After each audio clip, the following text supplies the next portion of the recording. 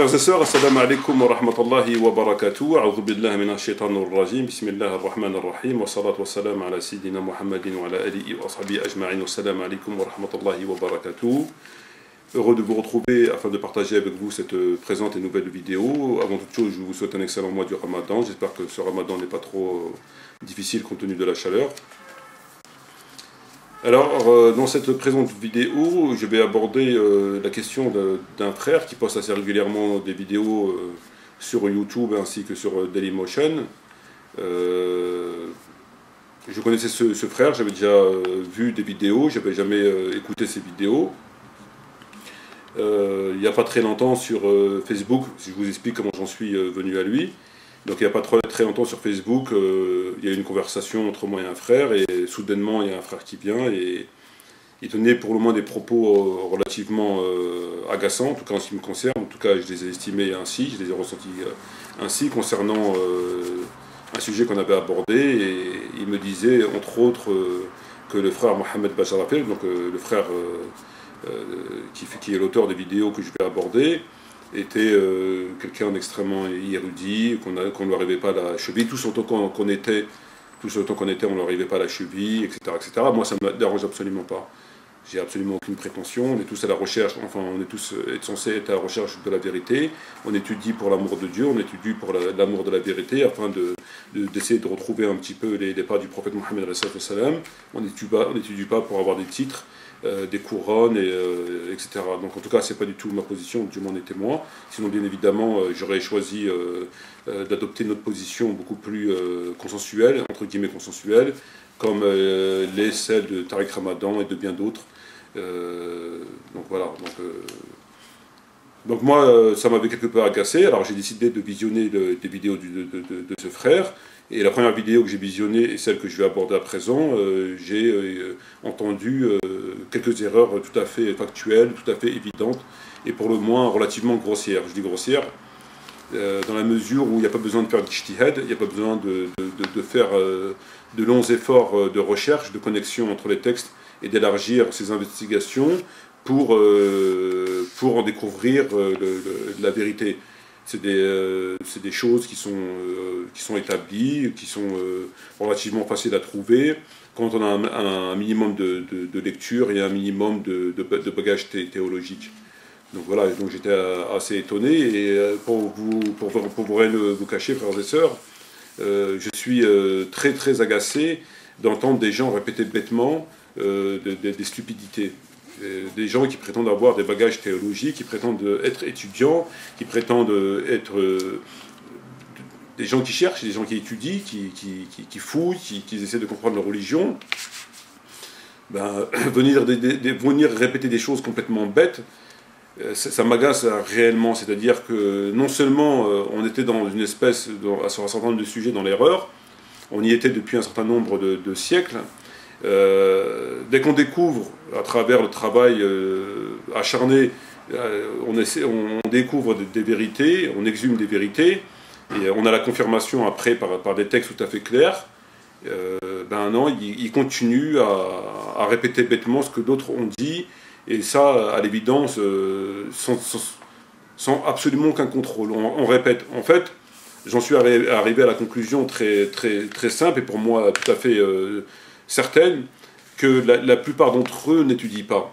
La plupart d'entre eux reprennent des dossiers qui ont été rédigés il y a des siècles en arrière par un certain nombre de savants, par un certain nombre d'érudits, et se contentent de répéter ce que d'autres ont dit il y a des siècles. Donc ce qu'on appelle un dossier, sans même eux-mêmes vérifier. Donc ils n'étudient pas, ils n'ont jamais d'eux-mêmes entrepris une recherche pour savoir si cela est exact et pourquoi ça l'était, et si cela n'était pas exact et en quoi ça ne l'était pas. Ils reprennent les choses comme ça bêtement. Et pour moi c'est une évidence, parce qu'ils répètent exactement mot pour mot ce qui a été dit. Donc je fais entre autres allusion au Tarawih. Donc ce frère Mohamed Bacharafel qui j'ai vu très récemment sur entre autres Oumma.com, qu'il avait expliqué ce que c'était Tarawih. Alors il répète exactement ce qui a été dit par d'autres avant lui. Quand je dis d'autres, c'est pas l'ensemble des savants, c'est une partie, c'est une branche de savants qui ont répété ces choses-là. Donc ils répètent mot à mot ce que eux ils ont dit, sans absolument aucun contrôle. Et quand même, il a devant lui, et on a devant nous, une opposition très sérieuse à cette affirmation qui mérite qu'on lève la plume, qu'on stoppe et qu'on se penche sur ça. Ou alors lorsqu'on aborde le sujet, c'est au moins de relater l'opposition et dire pourquoi on n'est pas d'accord avec cette opposition-là. Donc alors d'aujourd'hui, on a vu que, contrairement... Le problème, c'est que si j'aborde ce sujet-là, je serai obligé de m'étaler dessus, et en fin de compte, on se retrouvera avec deux sujets, voire un autre sujet. Donc je vais m'arrêter là, et je vais attaquer directement le sujet, ça sera beaucoup plus sérieux. Donc en fait, pour résumer, ce qui m'agace, c'est qu'à côté de ça, il se permet de donner des cours. Voilà. Des cours, alors qu'il est évident et qu'il suffit de se pencher sur la question pour voir que c'est pas vrai. Voilà, ça m'agace profondément. Alors je disais que le frère Mohamed Bajrafil a commis des erreurs. Donc il faut bien faire la distinction entre une erreur et une manipulation. Concernant le frère Bajrafil, ce n'est ni plus ni moins que des erreurs. Il ne s'agit pas de manipulation, il ne s'agit pas de choses... c'est des erreurs, il se trompe. Voilà, même si c'est des erreurs grossières, ça reste des erreurs, contrairement à beaucoup d'autres qui manipulent.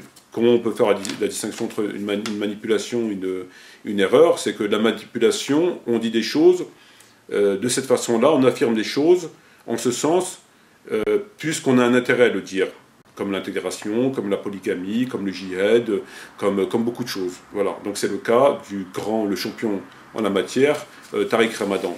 Mais il n'y a pas que lui. Après, vous avez plein de petits poissons autour de lui, Dali Baker, Chebel, bon, voilà.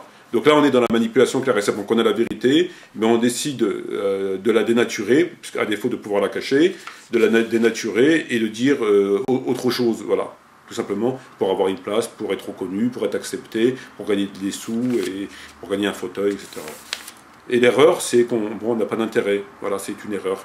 Donc, concernant par exemple Tariq Ramadan, il a commis des erreurs, je les relaterai, des erreurs caractérisées, indiscutables, et je considère que c'est des erreurs, c'est pas des manipulations. Voilà. Donc là, concernant le frère Bajrafil, il s'agit bien sûr d'erreurs. Donc qui n'a rien à voir, ce frère, bien sûr, je le mets sans commune mesure avec Tariq Ramadan. Bon, bref, alors, voici à présent les erreurs. Donc, avant tout, nous allons écouter l'avant-propos du frère Bajrafil, dans lequel il met en garde les frères et sœurs de ne pas écouter n'importe qui et de faire attention qu'on ne leur dise pas n'importe quoi. Donc, commençons par écouter déjà cet avertissement. Faites gaffe, je vous dis tout pour pas que vous tombiez sur des gens qui vous disent n'importe quoi. J'essaye en tout cas de tout vous dire là-dessus. Alors là, nous avons écouté un avertissement très clair, un avertissement tout à fait légitime, bienvenu. Le frère Bajrafil met en garde les frères et les sœurs en disant il ne faut pas écouter n'importe qui, il ne faut pas écouter n'importe quoi, etc. Donc c'est très bien. Le problème, c'est qu'il est concerné par ce n'importe qui, il est concerné par ce n'importe quoi. Alors pourquoi? Donc là, nous allons vous faire écouter la première affirmation, les premiers propos qui causent problème. Alors écoutez ce que le frère a dit et on se retrouve ensuite afin que je vous les explique. Fatima bint al-Rasoul sallallahu alayhi wa sallam, quand le prophète est mort, elle est partie voir Abu Bakr as-Siddiq pour lui demander de l'héritage. Et Abu Bakr a dit, mais le prophète sallam a dit, Nahnu ma'ashara al-anbiya'i, nous les prophètes, la nourath. On n'hérite rien de nous. Et ça n'a pas plu à Fatima. Et Fatima en a un peu voulu à Abu Bakr as-Siddiq, mais avant de mourir, ils se sont réconciliés.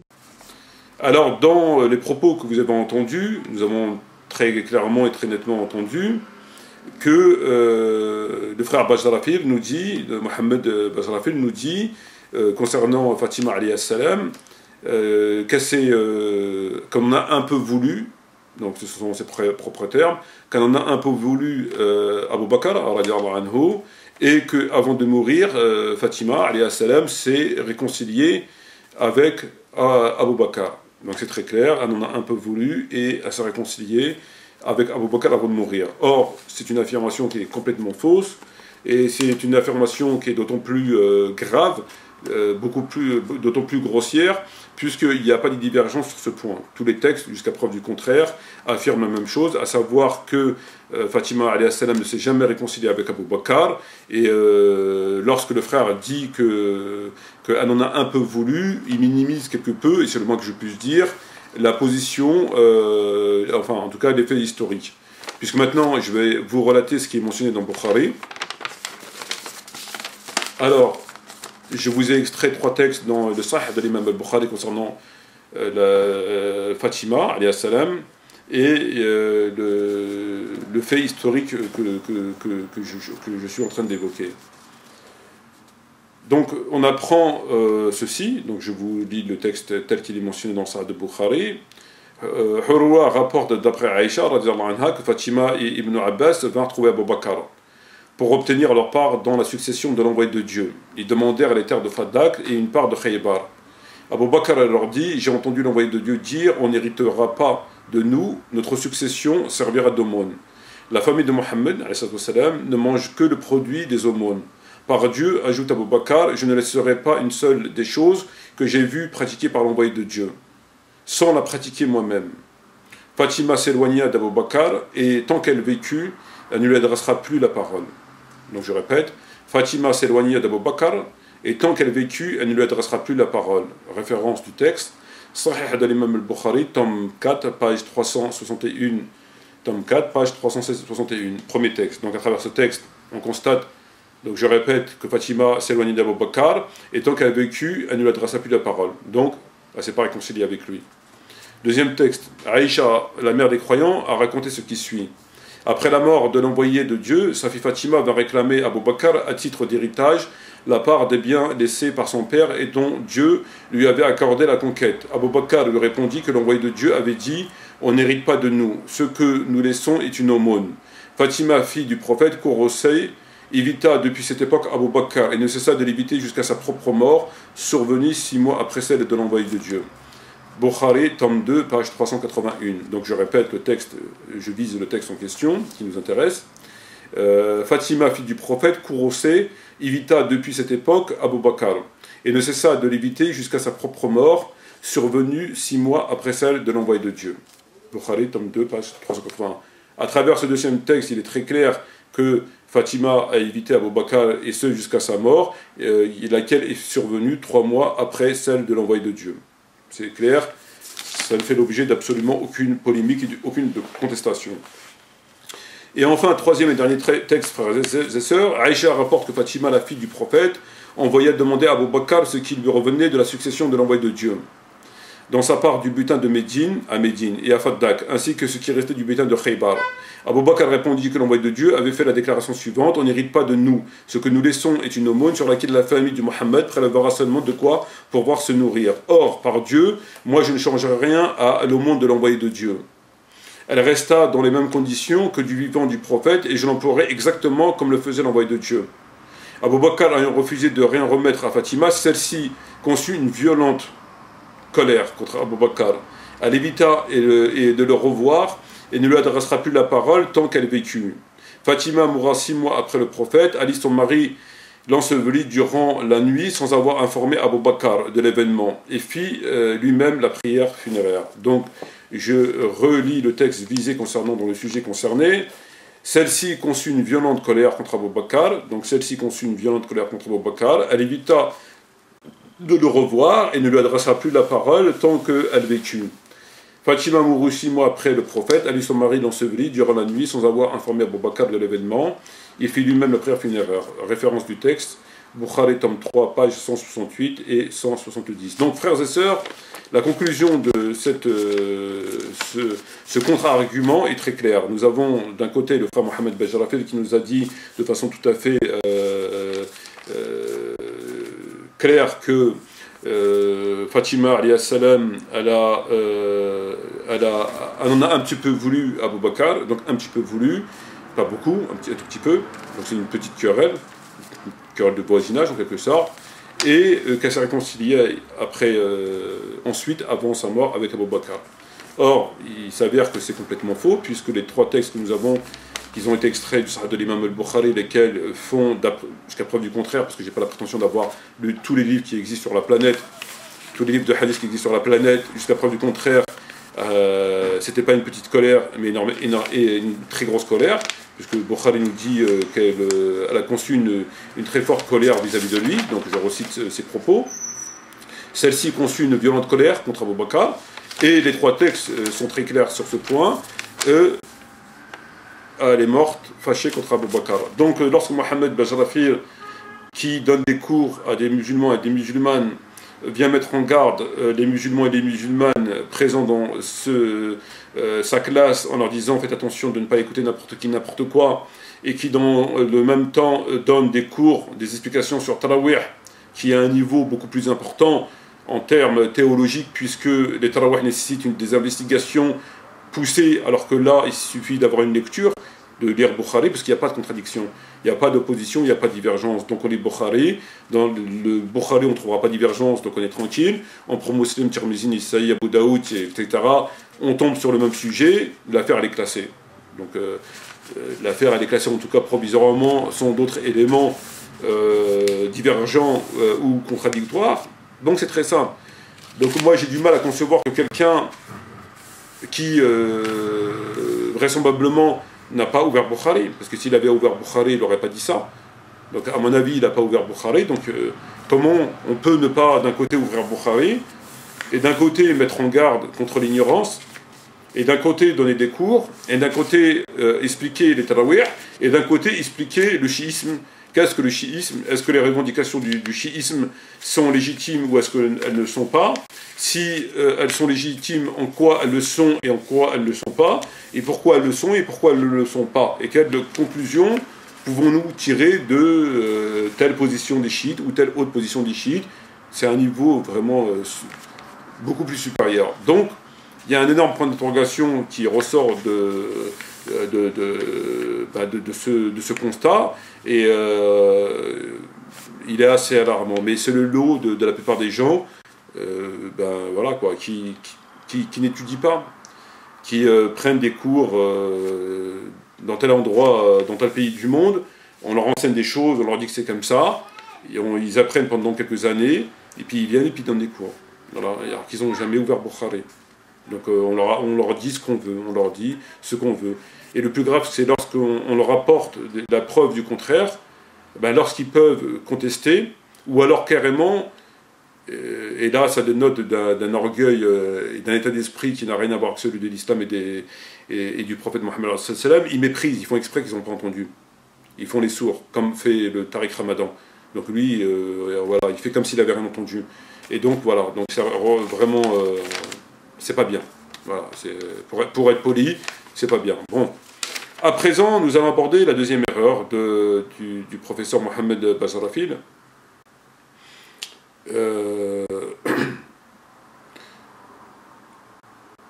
Donc, la deuxième erreur de Mohammed Bajrafil, c'est lorsque... Donc, on va l'écouter, et ce dernier nous explique que les chiites doivent être considérés comme musulmans, c'est pas le propos.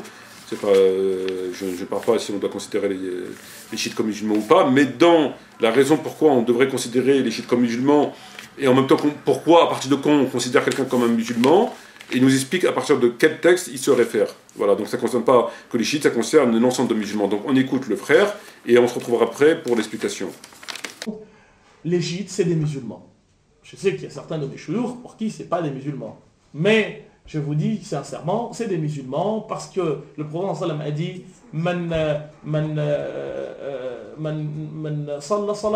celui qui fait notre prière et que se dirige vers la même direction que nous et qui mange ce que nous mangeons, eux ils ont la même direction que nous, Makkah. Ils ont la même prière que nous. Sauf que bien entendu, il y a une histoire avec un petit truc dont on parlera si vous voulez le moment venu.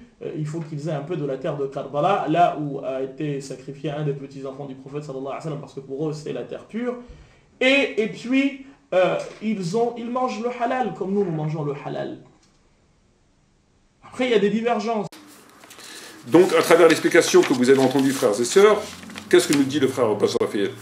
Il nous dit concernant les chiites, on doit les considérer comme musulmans. Alors là, qu'il n'y a pas de confusion, qu'il n'y a pas d'amalgame volontaire ou involontaire, on n'est pas là pour parler de savoir si les chiites sont musulmans ou pas, c'est pas la question, j'en ai pas les compétences, j'ai pas envie d'aborder ce sujet, j'en ai pas la capacité, et d'autant plus que ça m'intéresse pas du tout, je laisse ça à des gens, je laisse ça aux savants. Mais ce qui nous intéresse dans ce que vient dire le frère Mohammed, c'est qu'il nous dit qu'on doit considérer les chiites, et on doit considérer donc, par extension, toute personne qui, conformément au dit du prophète qu'il a cité, donc il a cité un dit du prophète pour argumenter, pour justifier son propos, toute personne qui a la même prière, qui se dirige vers la Qibla et qui mange de la viande halal est considérée comme musulman. Voilà ce que nous a dit le frère. C'est très clair, nous avons entendu, nous avons compris, et nous allons à présent démontrer que cela est faux. Donc d'après le frère, on obtiendrait le statut du musulman lorsque on fait la même prière, lorsqu'on se dirige vers la Kaaba et lorsqu'on mange de la viande halal. 3 conditions. Or c'est faux. C'est complètement faux. Donc voilà l'explication. Dans le Sahih de Bukhari, voilà ce qu'on trouve. Anas ibn Malik radiallahu anhu rapporte que l'envoyé de Dieu a dit: j'ai reçu l'ordre de combattre les gens jusqu'à ce qu'ils disent qu'il n'y a de Dieu que Dieu, qu'ils égorgent leurs animaux comme nous. À partir de là, leur vie et leurs biens seront sacrés. Voilà. Donc référence Bukhari, tome 1, page 148.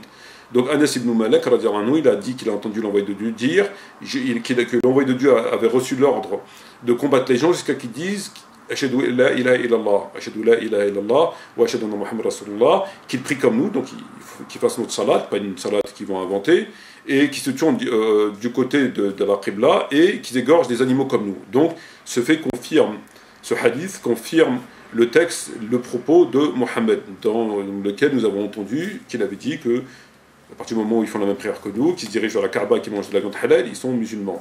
C'est un texte qu'il a. Si on s'arrête à cette simple lecture du texte, n'importe quel lecteur qui s'arrêtera à cette simple lecture de texte, il n'en arrivera à la même conclusion que le frère Mohammed. Or, on pourra lire autre chose dans Bukhari. Donc là, on a vu la référence Bukhari tome 1, page 148. On a un texte rapporté par Al-Aswad, qui rapporte que l'envoyé de Dieu Mohammed a dit: j'ai reçu l'ordre de combattre les gens jusqu'à qu'ils confessent qu'il n'y a de divinité que Allah. Celui qui le confesse n'a rien à craindre de moi, il ne peut être frappé dans sa personne ni dans ses biens que conformément au droit de l'islam. Et après Dieu s'en occupe. Donc référence du texte Bukhari tome 2 page 65, page 331, excusez-moi, hadith numéro 6. Donc c'est un texte dans Bukhari. Là nous avons un texte qui nous dit autre chose. Dans le premier texte il dit, on rapporte que le prophète a dit qu'il était chargé de combattre les gens jusqu'à ce qu'ils fassent la même prière que nous, qui prient comme nous, qui se tournent vers la Qibla et qui égorgent des moutons. À partir de là, ils sont musulmans. Donc 3 conditions. Dans ce texte-là, qui est rapporté par Al-Aswad, il nous dit autre chose. J'ai reçu l'ordre de combattre jusqu'à qu'ils confessent qu'il n'y a pas d'autre divinité que Dieu. Celui qui le confesse n'a rien à craindre de moi. Il ne peut être frappé dans sa personne. Voilà, donc là, il y a juste la shahada. Il suffit juste de faire la shahada. À partir de là, il n'y a pas de problème. Il a viande, halal, elle n'a rien à voir là-dedans. Se diriger vers la Qibla et faire la prière autrement, enfin peu importe, ça n'a rien à voir là-dedans. Le prophète a simplement dit, l'envoyé de Dieu a dit: j'ai reçu l'ordre de combattre les gens qui confessent qu'il n'y a de Dieu que Dieu. D'accord? Celui qui le confesse n'a rien à craindre de moi. Il ne peut être frappé dans sa personne et dans ses biens, que conformément au droit de l'islam. Point. Donc là, ce texte est en contradiction. Donc c'est ou bien, il y a les 3 conditions, la prière comme nous, se diriger vers la Qibla et manger de la viande halal, ou bien uniquement faire la shahada. Mais il y a encore un 3e texte qui vient contredire les 2 précédents. Selon Ibn Ammar, l'envoyé de Dieu a dit: j'ai reçu l'ordre de combattre les gens sans relâche, jusqu'à ce qu'ils professent qu'il n'y a d'autre divinité que Dieu, et que Mohammed est l'envoyé de Dieu, qu'ils accomplissent la prière et qu'ils payent la dîme. Le jour où ils feront tout cela, leur vie et leurs biens seront respectés par moi, sauf quand l'islam permettra d'y apporter atteinte. Pour le reste, ils devront en rendre compte qu'à Dieu. Extrait de Sahih Bukhari, tome 1, page 17, numéro 1 et numéro 1. Donc je répète, selon Ibn Ammar, le prophète aurait dit le prophète a reçu l'ordre de combattre les gens jusqu'à ce qu'ils professent qu'il n'y a de Dieu que Dieu, donc qu'ils fassent la shahada. qu'ils accomplissent la prière, donc qu'ils fassent les prières obligatoires, et qu'ils payent la zakat. Donc 3 conditions. À partir de là, ils sont musulmans. Leur vie et leurs biens sont sacrés, sauf en ce qui concerne la loi. C'est-à-dire que si les musulmans va commettre un délit ou un crime, dans ce cas-là, on le jugera pour son crime ou son délit. Il va forniquer, il va tuer un autre musulman, il va voler, etc. Voilà. Mais sinon, s'il ne fait pas ça et qu'il fasse les 3 attestations, qu'il remplit les 3 attestations, il est musulman, on ne peut rien lui faire. Donc là, frères et sœurs, qu'est-ce qu'on a à travers la lecture de ces 3 textes-là? On a 3 textes qui, les 3 confèrent un statut aux musulmans, les 3 confèrent un statut aux musulmans, et qui sont contradictoires. Si on les prend de façon isolée, sans les analyser, comme l'a fait le frère Bajafir, Mohamed Bajafir, et comme il l'a fait aussi concernant Fatima, enfin là, il n'a pas fait sans l'analyser parce qu'il ne l'a pas lu du tout, puisque visiblement il ne le connaît pas, donc pour analyser il faut le lire, or vraisemblablement il ne l'a pas lu, il ne le connaissait pas. Donc là, il avait connaissance de ce hadith, des 3 conditions, mais il n'a pas analysé. Alors, il a eu connaissance, je ne sais pas s'il l'a lu dans un livre, ou je ne sais pas si on l'a dit, ou l'a écouté à la radio, je ne sais pas, ou un cheikh lui a dit. En tout cas, il avait connaissance de ce texte. Bon. Sans l'avoir analysé. Et un des grands malheurs en rapport avec la science, c'est le fait de prendre des hadiths et de les balancer. De les balancer. Alors, je veux un hadith, Bukhari, tiens Muslim, tiens, tu veux Abu Daoud, tiens, moi j'ai Tirmidhi, et on les balance. Et ça, c'est pas possible. Pourquoi c'est pas possible? Parce que la religion est une science. Et une science ne peut s'atteindre, ne peut se comprendre que par une étude. On ne peut pas, par une lecture, comprendre une science. On ne peut pas. On ne peut pas par une lecture. Et la religion est une science, et on peut comprendre une science, on peut arriver à comprendre une science qu'en étudiant. C'est par l'étude. Et non pas par rapport à une lecture. Avec une lecture, jamais on atteindra. On ne pourra pas atteindre, parce que c'est tout simplement impossible. Par une lecture, on ne peut pas. Donc les gens qui lisent, c'est très très bien. C'est très très bien. Mais il faut qu'ils mettent des réserves dans leur affirmation, parce qu'ils n'ont pas étudié. Et lorsqu'on étudie, ça change complètement. C'est là où on se rend compte des contradictions, on se rend compte d'énormément de choses. Donc il est important de faire la distinction entre étudier et lire. C'est 2 choses différentes. Voilà, c'est fondamental. Bref, donc, le frère a cité un texte qui accordait le statut aux musulmans avec 3 conditions: prier comme nous, se diriger vers la Qibla et manger de la viande halal. À partir de là, on devient musulman, et par conséquent, les chiites ou tout le monde deviendra musulman parce qu'il a rempli ces 3 conditions. C'est clair, c'est net, c'est bon, on a compris. Lorsqu'on analyse de ce que le frère a dit, on se rend compte que c'est faux. Et c'est faux pourquoi? C'est faux parce que dans le Bukhari, dans le Sahih de Bukhari, nous avons relaté 3 textes, lesquels des 3 accordent un statut aux musulmans, et en imposant différentes conditions, à part la shahada et la prière. Le premier texte parle de prier comme nous, de se diriger vers la Qibla et de manger halal. C'est bon, on a compris. Texte que le frère a dit, et qu'il a avalisé et qui propage. Nous avons ensuite un texte qui dit non, il faut juste faire la shahada. À partir du moment où vous faites la shahada, ashhadu la ilaha illallah wa ashhadu anna muhammadan rasulullah, votre vie, votre bien est sacré, et après c'est entre vous et Dieu, mis à part la loi. Et vous avez un 3e texte qui comprend la salat, donc de la shahada, la salat et par contre la zakat. Il n'y a pas de viande halal, c'est la zakat. Donc nous avons 3 textes, et lesquels accordent le statut aux musulmans, mais qui sont contradictoires. Ou bien ça va être celui-là, où il n'y aura pas la zakat, ou bien on prend celui de la zakat, mais on ne prend pas où il y a la viande, et on ne prend pas uniquement où il y a la shahada, ou alors on prend la shahada, mais on ne prend pas celui de la viande, et on ne prend pas où il y a la zakat. Comment on fait? Parce que les 3, ils accordent le statut du musulman, mais les 3 n'imposent pas les mêmes conditions. Donc comment on fait? Et les 3 sont dans Bukhari. Alors c'est très simple comment on fait. Il faut investiguer. Et lorsqu'on investigue, on se rend compte que le texte authentique étant celui qui comprend la zakat. Pourquoi?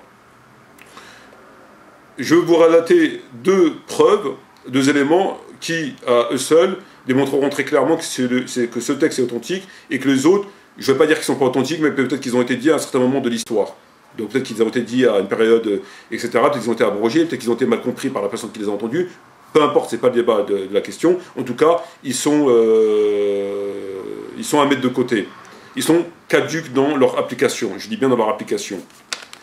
Alors, quel est le texte authentique parmi les trois? C'est très simple. Les deux éléments qui vous prouveront que c'est celui qui comporte la zakat étant un fait historique.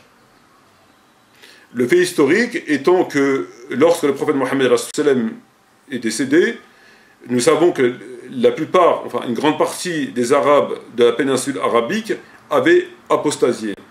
Alors, pourquoi j'emploie le terme apostasie, ce qu'on appelle la grande apostasie? Pourquoi l'apostasie? Ils avaient apostasié puisqu'ils avaient, à l'époque du prophète, accepté les conditions, et à la mort du prophète, ils sont revenus sur un certain nombre de conditions, dont, entre autres, celle de la zakat. Et ils ont dit que nous, on accepte de faire la salat, mais bien sûr, au préalable, la shahada, mais on ne veut pas donner la zakat, on ne veut plus donner la zakat, ou alors il faut nous le accorder un délai. Alors, ces apostats, ils sont partis voir Abu Bakr à Médine, lesquels ont été reçus par Omar ibn Khattab, radiyallahu anhu, et ils lui ont fait proposer ce marché. Ils lui ont dit, nous on est musulmans, on va faire la salat, etc., mais on ne veut pas faire la zakat. Omar a accepté ce marché, a dit d'accord. Et il a proposé à Abu Bakr. Ce dernier, il a dit non. Il a dit lors de questions, si je ne peux pas changer les règles de l'envoyé de Dieu, s'il ne donne pas la zakat comme les donnait à l'époque de l'envoyé de Dieu, je les combattrai. Nous avons un texte dans le Sahih de Bukhari qui relate ce fait, mais vous le trouverez partout. Abu Huraira a dit que l'envoyé de Dieu fut mort, que Abu Bakr fut au pouvoir.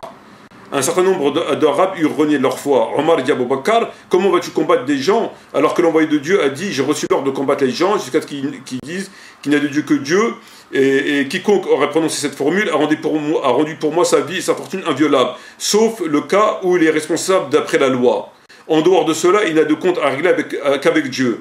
Par Dieu, répondit Abu Bakr, je veux combattre quiconque s'est affranchi de la prière et de la dîme, car la dîme est une obligation pour les biens. Par Dieu, quand il ne me refuserait qu'une chef parmi les redevances, qu'il payait à l'envoyé de Dieu, je les combattrai, à cause de ce refus. Donc là, on se rend compte que Omar va voir Abu Bakr et lui dit, comment tu peux combattre des gens, alors que moi j'ai entendu l'envoyé de Dieu dire, à partir du moment où on fait la shahada, on a le statut du musulman, notre vie, nos biens sont sacrés. Et Abu Bakr lui dit non. Il lui dit, s'ils ne font pas comme ils faisaient à l'époque du prophète, etc., je les combattrai. Donc Omar ibn Khattab s'est référé au hadith que nous avons vu précédemment, dans lequel le prophète aurait dit, celui qui fait la shahada, sa vie c'est bien sacré. Donc on l'a vu dans le Bukhari, parce qu'on a vu qu'il y avait 3 textes différents qui accordaient ça. Et Omar ibn Khattab a fait une erreur en se basant sur ce hadith qu'il avait mal compris ou qui lui avait été mal transmis, peu importe. En tout cas, il était caduc dans son application.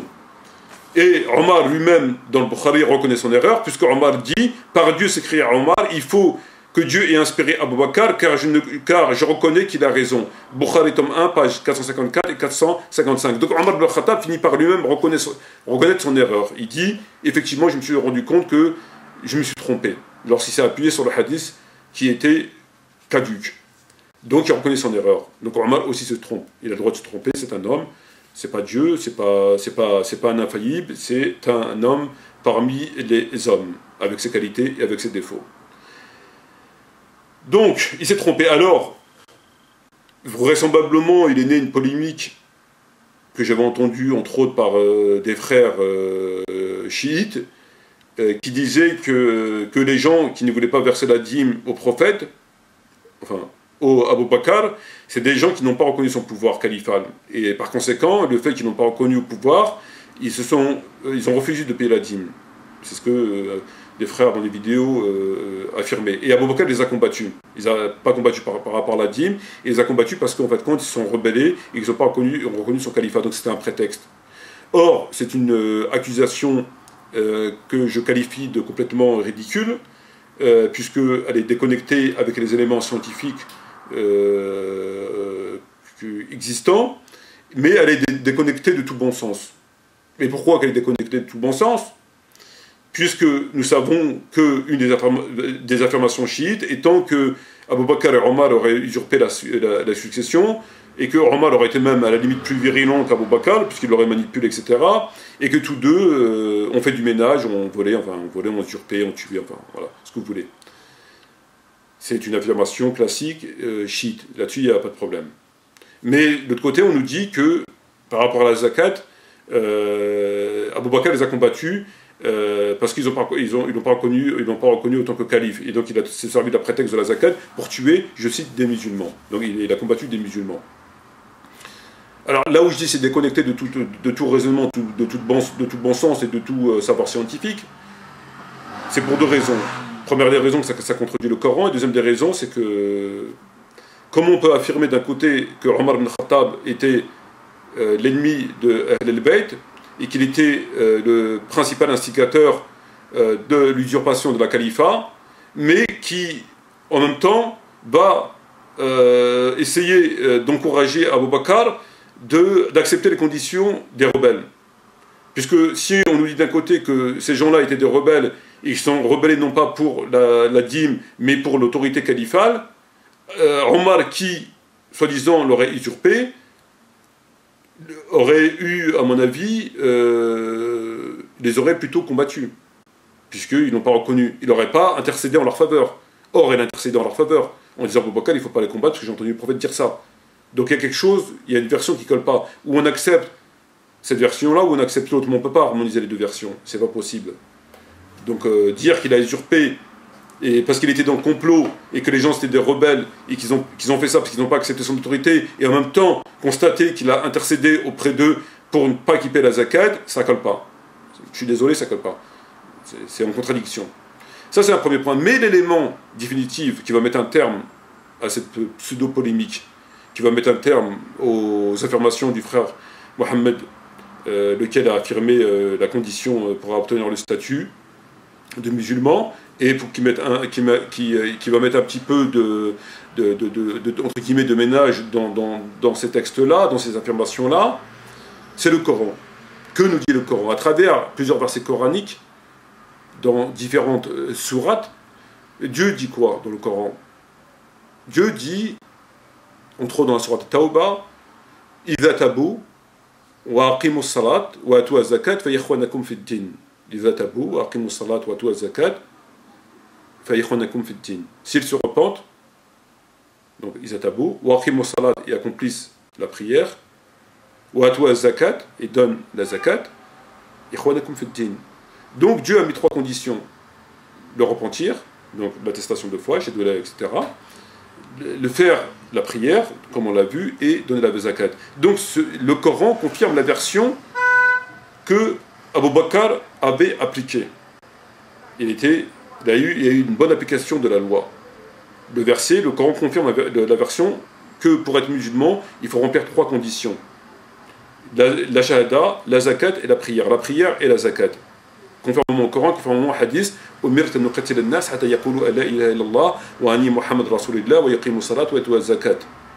c'est un Bukhari Muslim. Ce hadith est authentique. Là, son application par Abu Bakr est en pleine conformité avec la loi, et le Coran vient confirmer ça. Et les autres versions sont erronées, elles sont caduques. La version de la viande, c'est pas parce on mange de la viande et qu'on fasse la prière qu'on devient musulman, parce qu'il n'y a pas la zakat. Et le Coran met la zakat. Et l'autre qui dit juste la shahada, il est caduque, parce que lui, il met ni la prière, il met ni la zakat, il met ni la viande halal, il met rien. Donc ce texte est caduque. Le vrai texte, c'est celui-ci, qui a été appliqué par le prophète, par Abu Bakr, et qui a été ordonné par le Coran, comme je viens de le citer. Donc là, ça met un terme à la polémique, à l'accusation, malheureusement, comme d'habitude, sans fondement, concernant Abu Bakr qui aurait combattu ces gens-là parce qu'il n'aurait pas reconnu le pouvoir califal alors qu'il a eu une application rigoureuse et parfaitement conforme de la loi. C'est un fait évident, incontestable. L'affirmation de certains nombre de frères qui disent qu'il a fait ça pour combattre, ben c'est pas bien, parce que c'est faux. Et de toute façon, vraisemblablement, on ne s'embarrasse pas de ce qui est faux, de ce qui est vrai. Et pour revenir aux frères qui nous dit qu'on est musulman parce qu'on mange de la viande halal, etc., il est complètement à côté, puisque ce hadith n'est pas valable, il est caduc parce qu'il ne comporte pas la zakat. Pour terminer la vidéo, frères et sœurs, Parce que c'est bien beau de parler des chiites, c'est bien beau de parler voilà.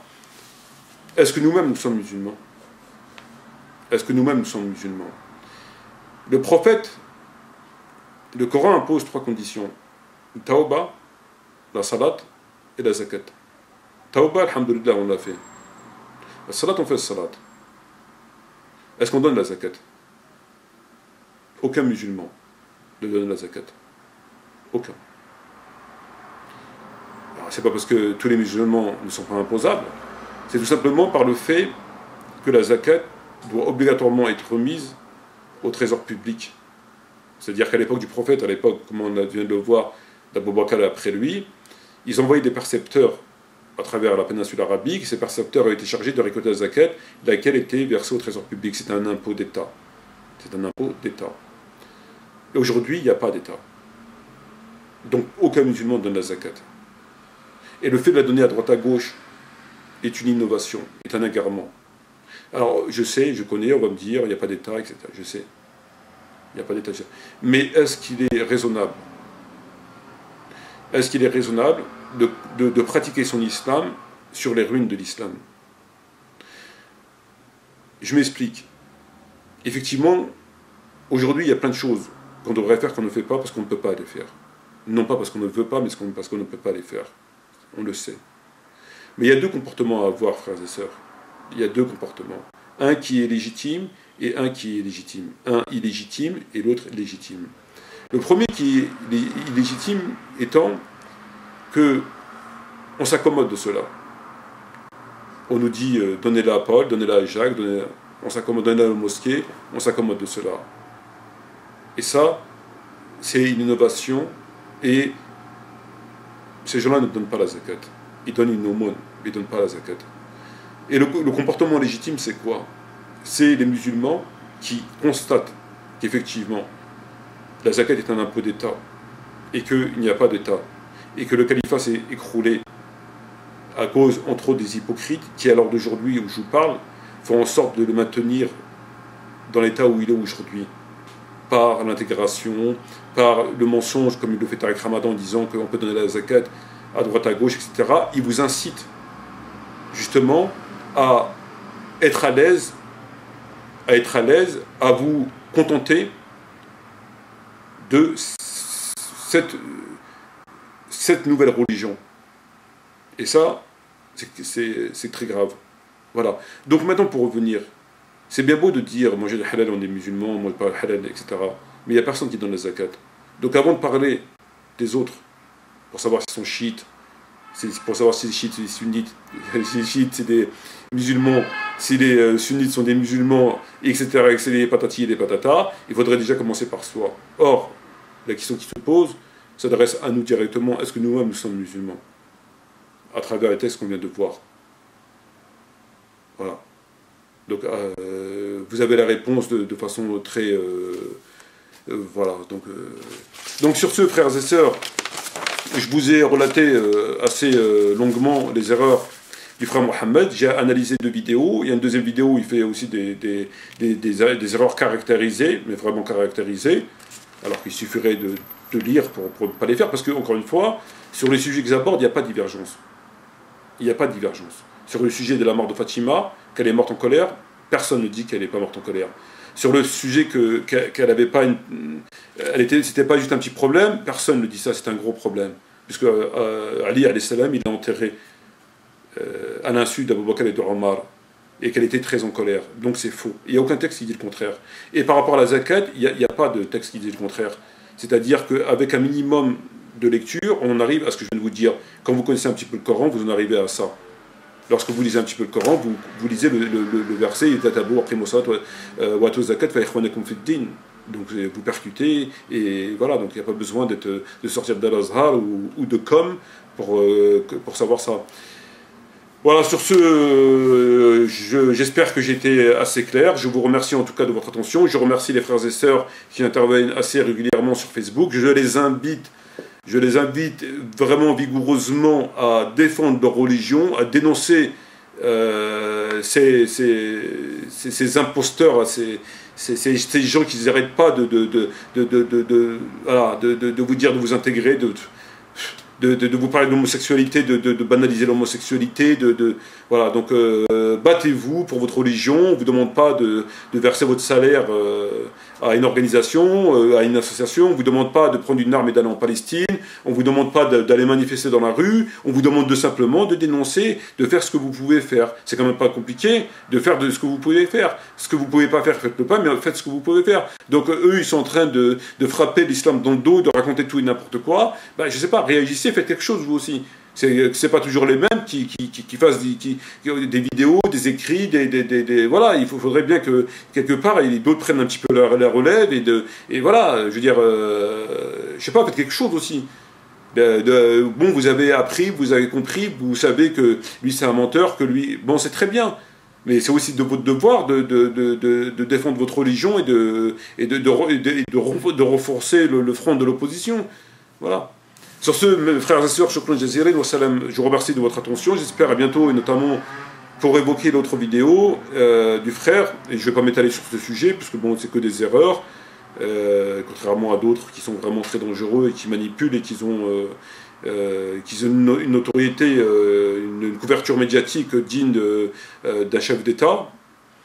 Donc je vous souhaite encore une fois un bon ramadan,